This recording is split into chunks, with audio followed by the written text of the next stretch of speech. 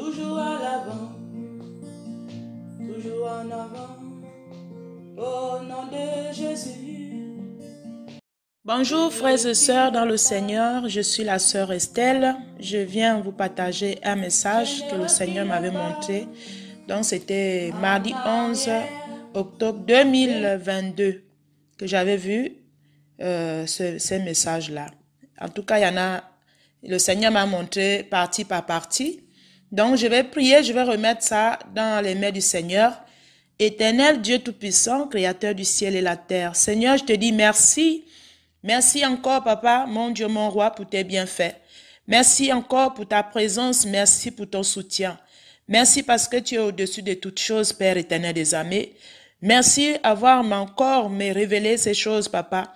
De me donner encore le temps, Seigneur, Père éternel Dieu, de parler, Seigneur, d'avertir, Seigneur, Papa, ô Dieu de gloire. Seigneur, sois béni, Père.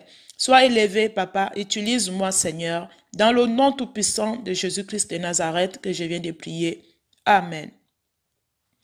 Donc, bien-aimés, si j'ai bien partagé ce message maintenant un peu avec le petit retard, c'est par rapport à l'évangélisation que nous faisions, parce que le Seigneur nous a aussi donné le mandat pour aller évangéliser. Donc, ça va aller, on va faire bientôt 3 ans qu'on est dans l'évangélisation aussi, parce que l'œuvre de Dieu est grande. L'œuvre de Dieu, c'est pas faire de surplace. Parce que nous, on bouge, c'est famille en Christ, donc souvent, on a commencé ici en France et puis là aussi en Afrique. Parce que c'est comme ça que le Seigneur nous appelle pour aller annoncer la bonne nouvelle. Comme la parole dit, allez-y faire de toutes mes nations mes disciples. Allez-y annoncer la bonne nouvelle. Parce que c'est comme ça que le Seigneur, il appelle tout le monde à aller évangéliser. Donc, c'est pas seulement les messages que je dois donner, mais nous aussi, le Seigneur nous a mandatés pour aller évangéliser, apporter la bonne nouvelle. Donc, c'est ça un peu, voilà pourquoi il y a un peu le retard. Mais c'est ça, l'essentiel qu'on obéit à son appel, quoi. Donc, voilà, c'était un peu ça que je voulais dire. Donc, le son, au sujet, c'était ici en France. Ça concernait ici la France, parce que mon époux, il est français. Donc, mon époux, il est français et donc le message s'adressait à l'une de sa famille, en fait, la famille de mon époux. Donc, cette personne-là, je disais à cette personne-là que la guerre arrive. Donc, je lui disais ça. La guerre arrive, je disais ça comme ça. La guerre est en train d'arriver. La guerre arrive. Et j'ai dit bientôt. Je disais ça à cette personne-là, dans ma belle famille. Bientôt, c'est des choses qu'on vous disait souvent. Voilà, c'est ça que je disais aussi. Je lui disais que c'est des choses qu'on est tenté de vous dire depuis. Parce que la prophétie peut prendre un peu du temps. Les gens pensent que parce qu'on a dit aujourd'hui que la chose va arriver à l'instant. Non. Ça peut prendre du temps, ça peut durer même 2 ans ou 3 ans, ça dépend. Mais la chose, si les gens ne se repentent pas, la chose va s'accomplir et va arriver. C'est ça que beaucoup de gens ne comprennent pas. Voilà pourquoi beaucoup vont dire, oui, c'est faux. Est-ce que c'est où maintenant? Mais non, là on vit la prophétie. Donc c'est ça, c'est un peu ça. Donc je disais à cette personne que la guerre arrive. C'est des choses qu'on vous disait souvent. Dans la belle famille, dans le côté de mon mari, parce qu'il est français. Voilà. Et après ça, je me suis retrouvée dans un pays d'Afrique. Voilà. Après là encore, je me suis retrouvée, le Seigneur m'a fait voir ça aussi, dans le même songe là. Je me suis retrouvée dans un pays d'Afrique musulman.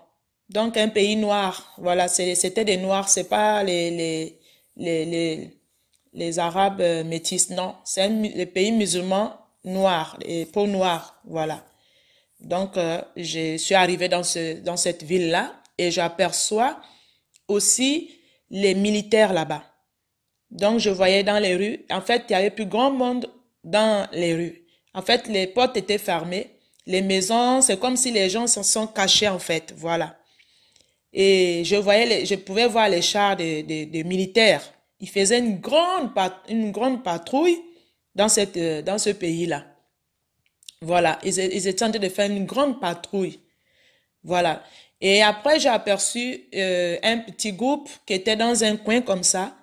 Je me suis approché d'eux et j'ai posé la question que où sont passés les gens. Ils m'ont dit non, ici, c'est à cause du conflit que vous êtes en train de voir là, parce que c'était la guerre aussi. Il y avait les militaires, c'est eux qui avaient plus autorité dans cette ville-là.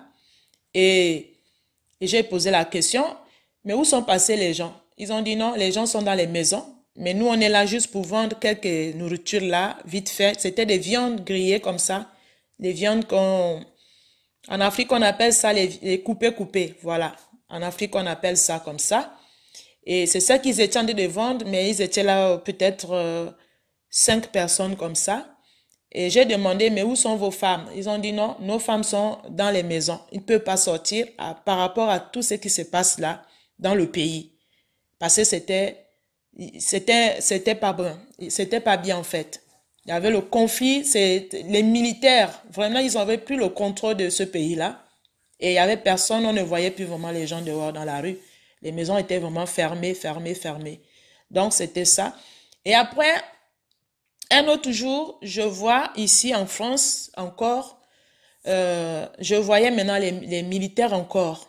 Là, c'était devant, comme j'habite dans un village, je voyais l'armée avait pris aussi le contrôle dans ce pays-là, ici, dans mon village, ici en France. Je voyais de l'extérieur, je disais à mes enfants que venez voir les militaires. En fait, il n'y avait même plus personne dehors, on ne pouvait pas sortir.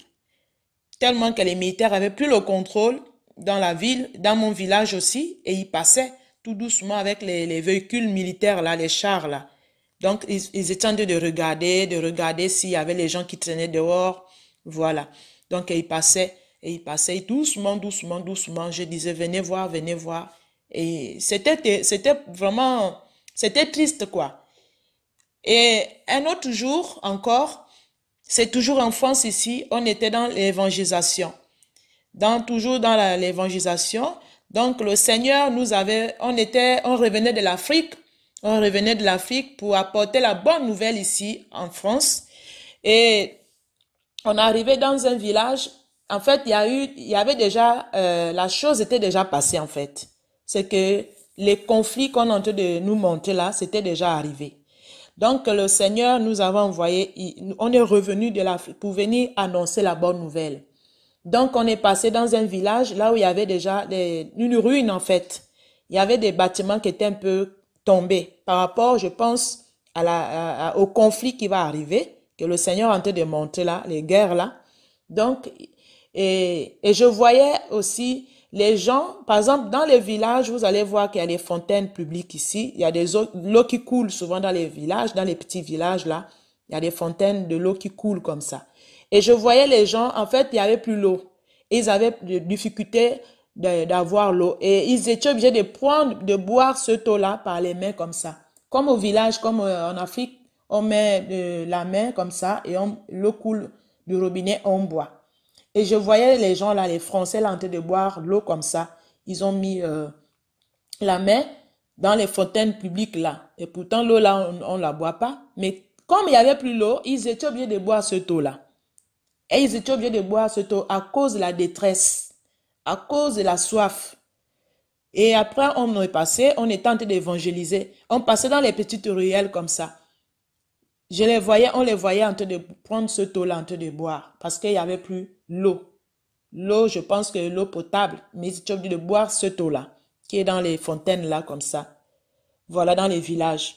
Même dans mon village, là, il y a ça aussi. Dans mon village, là, il y a les fontaines là, comme ça. Il y a l'eau qui coule. Donc, vous voyez un peu, pour moi, c'est la détresse qui est là. C'est la détresse, c'est des choses qui vont arriver, ce serait comme ça. Il y aura un moment donné, même, vous savez, quand il y a la guerre aussi, il y a toujours ça, ces genres de situations, qu'il n'y a plus l'eau. Et le Seigneur, il va mettre la soif, en fait. Si j'ai vu les gens là chercher l'eau, Dieu va mettre la soif dans les pays des nations, là où il y a les guerres, là, pour qu'eux, ils recherchent leur Créateur. C'est ça que ça veut dire. La soif d'eau. Dieu veut mettre la soif, comme il a dit, venez à moi, vous qui avez soif, là, venez. L'eau de vie jaillira en vous. C'est ça, parce que les pays occidentaux, les grandes nations, ils ont oublié leur créateur. En temps, Dieu nous appelle tous à la repentance. Ils ont oublié, ils veulent faire des choses que c'est comme si Dieu n'existait plus. Ils veulent effacer le nom de Dieu sur la terre.